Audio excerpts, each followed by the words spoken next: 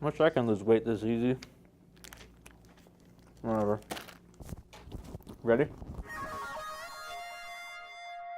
Hey everyone, I'm Matt from Chaparral Motorsports, and today I'm going to show you how to reduce weight on a Yamaha YZ450 FX. Let's have a look.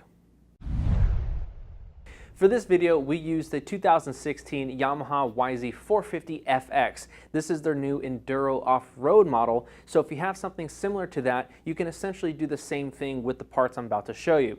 Let me tell you why you would want to reduce weight on your dirt bike. Well, it's pretty simple. For one, the bike's going to handle better by being more nimble, which is going to be perfect for those of you that are doing some single track riding, tight technical stuff. It's also going to reduce rider fatigue, and it's going to give the bike a better power to weight ratio.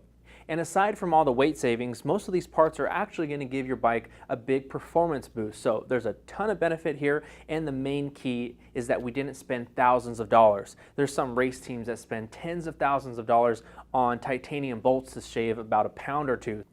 We're actually going to stay around that $500 mark, which is going to save you about 9 pounds off of the bike. So with that being said, let's jump right into our first component, and that is the exhaust system. Now, here with me to my right in the back, I have the stock exhaust that we pulled off the bike, and right in front is the FMF PowerCore 4.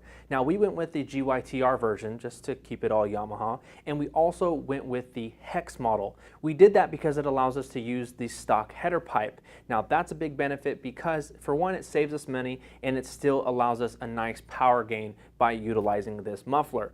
The other great thing about this pipe is that it comes equipped with the spark arrestor, and for those of us that live in California and are required to have it on the bike if we take the bike off of the track, this is a tremendous value. But if you did want to take it to the track, you can easily remove that spark arrestor with a simple Allen screw. Now, this is the stainless version, and we opted for this because, for one, it's much less expensive, right around $330 at full retail. And we chose this over the carbon fiber because we wanted to have longevity, durability, and ultimately the price. The carbon fiber is just a bunch of bling, and it doesn't really save you that much more. So for the average Joe, for the weekend warrior, this is definitely something to look at. Or if you're just looking to save some cash in general, it's a great option. Now, if we're talking about weight savings here, the stock exhaust weighs in at 6.75 pounds, which we weighed on our scales, and the PowerCore 4 is weighing in at 5.7 pounds. So we're losing about a pound there, which doesn't sound like a lot, but in the end, it all adds up. And one more thing to note with the exhaust system, you don't necessarily have to use a power tuner because the bike is fuel injected. However, if you're looking for optimal performance, you're definitely going to want to use a power tuner like we did with the GYTR model. Moving on to our next key component, which is the battery. Here we have the stock lead acid battery that we pulled off the bike. This thing weighs a ton, coming in at 4.55 pounds. That's a brick. And this is what we replaced it with. This is the WPS lithium-ion featherweight battery.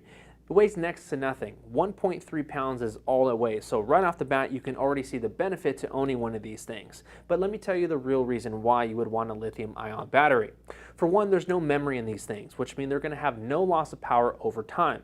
They can mount anywhere because there's no fluid in them. They're not affected by cold. They have more cranking amps than your standard lead acid battery, and they generally have a better warranty. So those are some of the pros. Let me tell you a few of the cons, but I really don't think they're cons to begin with. The first one is the price. Yes, they're generally more expensive than your lead acid battery, but the cost up front is really going to save you in the long run because the cost of ownership is far less. And the other thing about the lithium-ion battery is that you are going to have to buy a lithium-ion battery charger, and if you're not riding a lot, you will need a lithium-ion battery tender. So those are just a few of the cons, but they're easy to overlook. So now let's move right into the kickstand. Is this thing convenient? Yes. Will it come in handy on a trail? Absolutely. But it also weighs 2.35 pounds. So in my mind, this was a no-brainer to rip off the bike. And it's very easy to do so because all you're really doing is swapping out the foot peg mount. If you didn't do so, you're going to have a huge flange or this bracket here, and it's going to be, for one, ugly, and it could jab you in the leg if you happen to go down. So for about 25 bucks, you swap out the peg mount and you're off and done, and you save 2.35 pounds. And now for one last major component to weight savings, and that's removing the kickstarter. Some of you might be asking, why would you want to take that off? Well, let me tell you.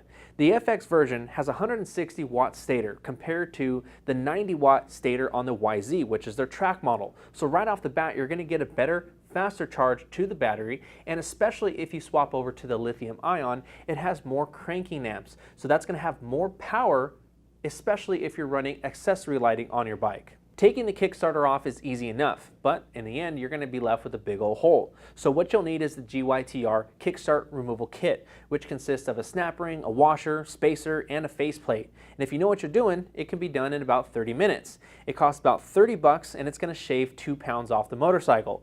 In addition, you're going to need the $15 gasket to go along with it. So in total, for about 45 bucks, you can save an additional 2 pounds off the motorcycle. Last up on the table is a bit of bling, but there's definitely some function here as well. We're talking about wheel spacers. So in the rear, these things combined for the stock wheel spacers are about half a pound, which is very heavy. So it was definitely a no-brainer to go ahead and replace those with the Zeta billet aluminum wheel spacers. These things combined are 0.8 ounces, which is extremely lightweight, and they look really good as well. Now the fronts were comparable in weight, so we did that purely based off cosmetics. So there it is. We just swapped out a few key components on our 2016 YZ450 FX. For just over 500 bucks, we're able to shed 9 pounds off the motorcycle. Our starting weight was 262 pounds wet, dropping us down to 253 pounds, getting us within 6 pounds of a stock YZ450F. What we're left with in the end was a better all-around bike that's more nimble, lighter weight, better handling, and a bike that has a better power to weight ratio. For more info on all of these parts that you've seen here today, head to the site shapmoto.com. Don't forget to subscribe to us on YouTube, and as always, thanks so much for watching. I'm Matt, and we'll see you next time.